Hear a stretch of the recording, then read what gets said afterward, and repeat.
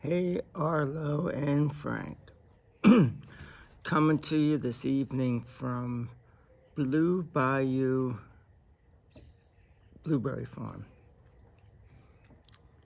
It's in Middleburg, but the address is Jacksonville. Jacksonville is an enormous place. And you can see, even though my face isn't lit well, I just love the sky like this. So we'll see if we can get it to do my face a little more. But hey, I don't have the face that you want to look at that much anyway. So once again, we're going to be in my Sleepy Time Bible. And today, we're going to be doing the second part, which is actually everything after Genesis and before Matthew. So everything else in the Old Testament that's not Genesis. The first story is about Moses. It's called The Princess and the Baby. And I want you to look and remember when we saw the last time that the Israelites, the sons of Jacob came into Egypt, and they all had beards and long hair and stuff and wore these kind of like robes. And Joseph had been working for Pharaoh in Egypt, and he was dressed more like these people. He had that headdress on like this woman does. So that's what those people looked like in Egypt back then. Wah! Cried little baby Moses. Shh, said his mother anxiously. The cruel king and his soldiers might hear you. He doesn't like little baby boys. They might grow big and fight him sometime. And what was going on was they were trying to kill all the Israelite baby boys.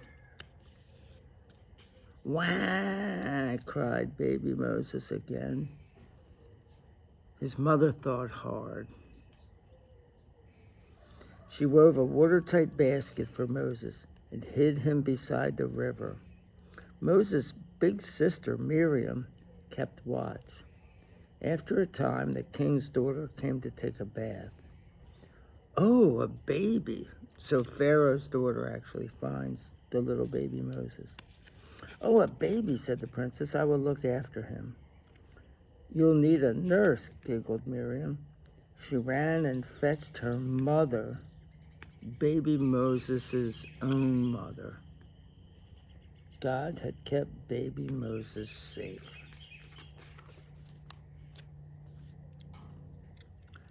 The next story is when the children of Israel leave Egypt. God brings these plagues on the people of Egypt. This is a beautiful place here.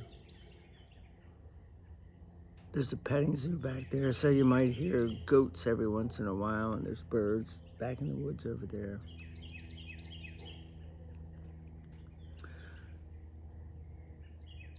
Plagues in Egypt. Moses grew up to be a wise leader who loved God. One day, God spoke to Moses from a holy burning bush.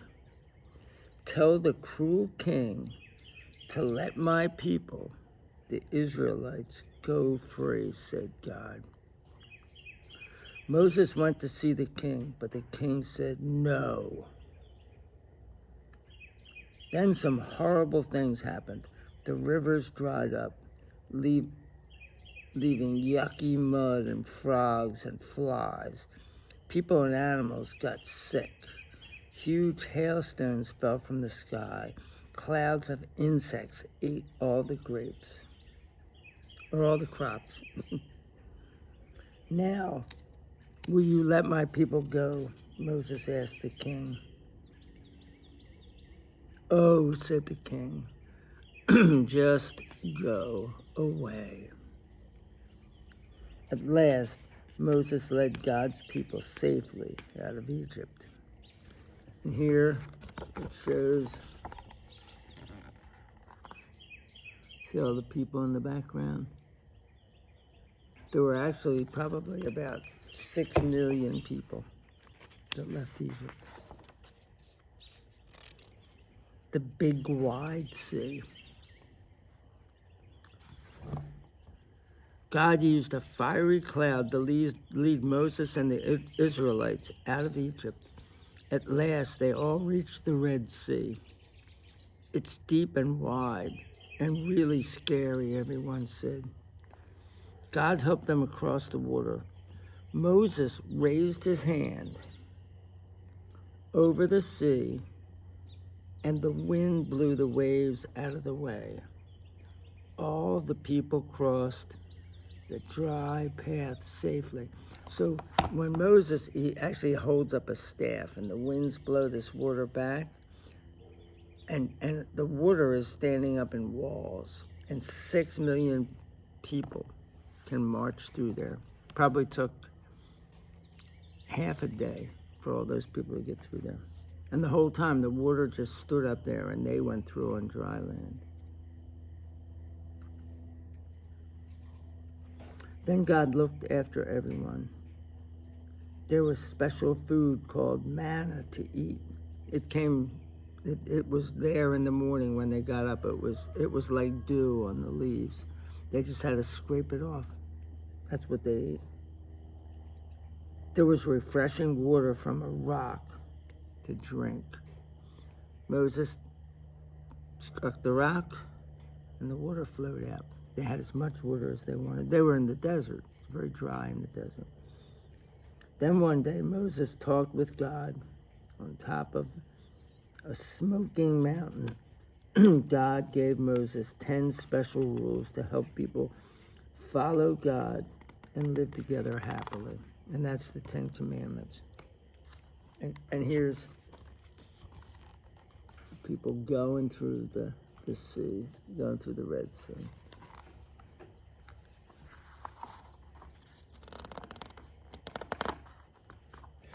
So now that was the book of Exodus. All those stories were from Exodus when the children of Israel left Egypt. Now we're going to get to the book of 1 Samuel. And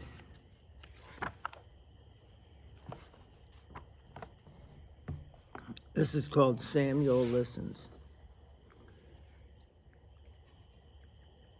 Hannah loved little baby Samuel very much.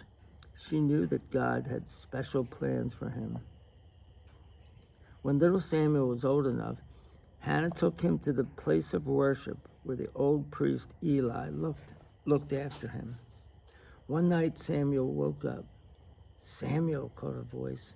He went to Eli. And he said, "Did you call me?" But Eli said, "I didn't call you." Then Samuel heard the voice again. He went to Eli, and Eli said again, "I didn't call you." Then Samuel heard his name again.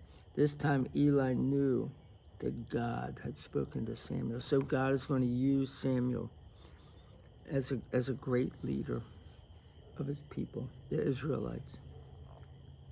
Samuel always listened to God after that. Hannah was right. God did have special plans for him.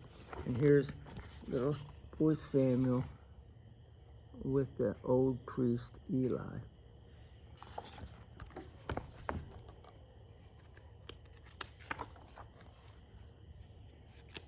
And here's the story of David.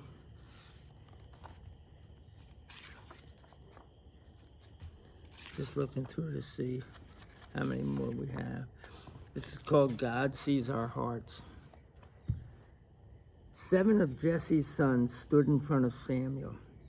So that was Samuel, the same little boy who was there with Eli, and God started talking to him. This is him as a grown man, Samuel. 7 of Jesse's sons stood in front of Samuel. They were all tall and strong. You must choose the next king, God said to Samuel, one who is truly good and wise inside his heart. It was hard to choose. Is it this one, said Samuel, or that one? Not that one. This one, said God. Oh, no, not that one, said God. Not that one. Do you have more sons? Samuel asked Jesse. David, Jesse's youngest son, came in from the fields. David is good and wise inside his heart, said God. Choose him. Samuel sprinkled David with olive oil as a special sign that he would be king and that God would always be with him.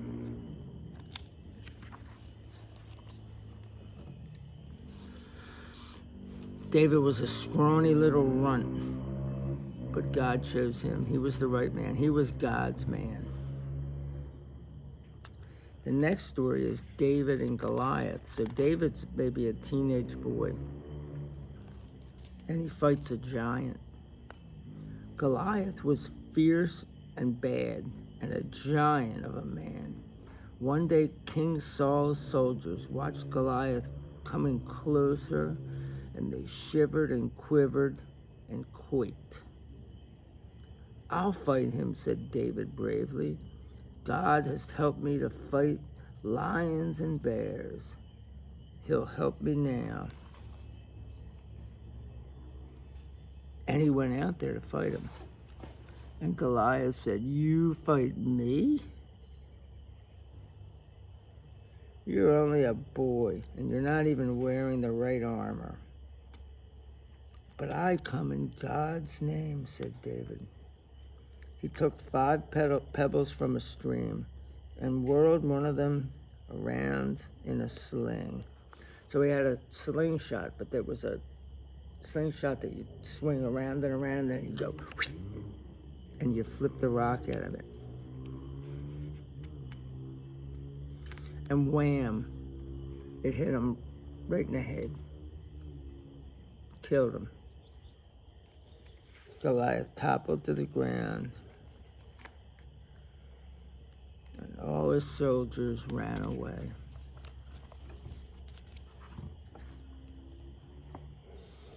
Now this is a story about Elijah. So we're moving on in the Bible.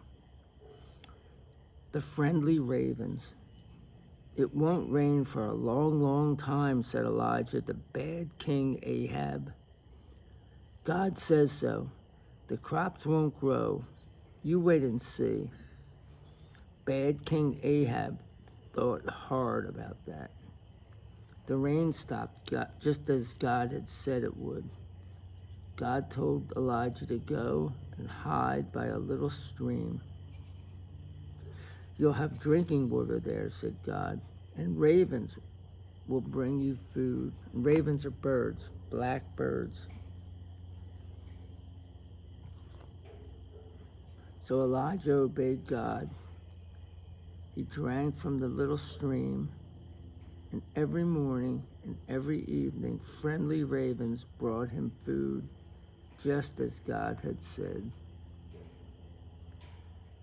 God looked after Elijah until the rain fell again on the earth. And I forget how long it was, but it was a while. Now here's the story of Jonah and the whale. And then we only have one more story after that. Jonah runs away. God told Jonah to go to a city called Nineveh, where people did bad. They did wrong things. But Jonah didn't want to go there. He tried to sail to Tarshish instead. A huge storm blew up, and Jonah knew why. So Jonah, is supposed to go to Nineveh, but he sees a boat that says it's going to Tarshish, and he says, well, I'm just going to run away from the situation. So he gets on that boat, and then this storm comes. I've disobeyed God, Jonah told the sailors. Throw me into the sea. And that's what they did. They threw him right into the ocean. God sent a very large fish to swallow Jonah, and he stayed inside the fish for 3 days. It was dark and very scary. "I'm sorry," Jonah said to God. Then whoosh, the big fish spat Jonah onto dry land. "I promise I'll go to Nineveh now," Jonah said to God. And he did. And here's Jonah on the boat. And there's the big fish. I have a feeling I didn't show you the pictures from the friendly ravens. Not the Baltimore Ravens. That's Elijah being fed by the ravens.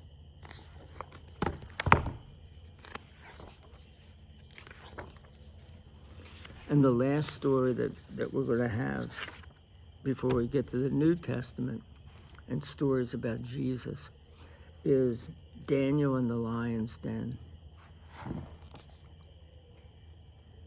Far away in Babylon and far away from home, David worked for the king, but he worshiped God. So the king that he worshipped, that he worked for, was a Babylonian king, and he didn't believe in God. They have idols. They were pagans with idols. The king's men didn't like Daniel. "We worship you, O king," they said. "Send Daniel to the lions because he has worshiped God instead of worshiping you." The king didn't sleep well that night. He dreamed about Daniel and those hungry lions. Grrr. So they actually took Daniel and put him in a den full of lions. Early next morning, the king went to the lion's den. "Good morning, O king," said Daniel. "Look, God has taken care of me."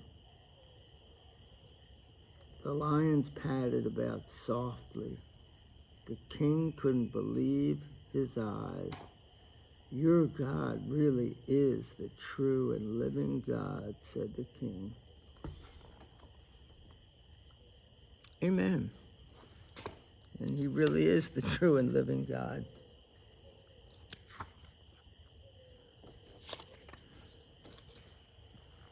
Sun's just about down, and I'm going to go back to the van again and get ready to settle in, have a little bit of dinner, and then go to bed. Peace out, guys.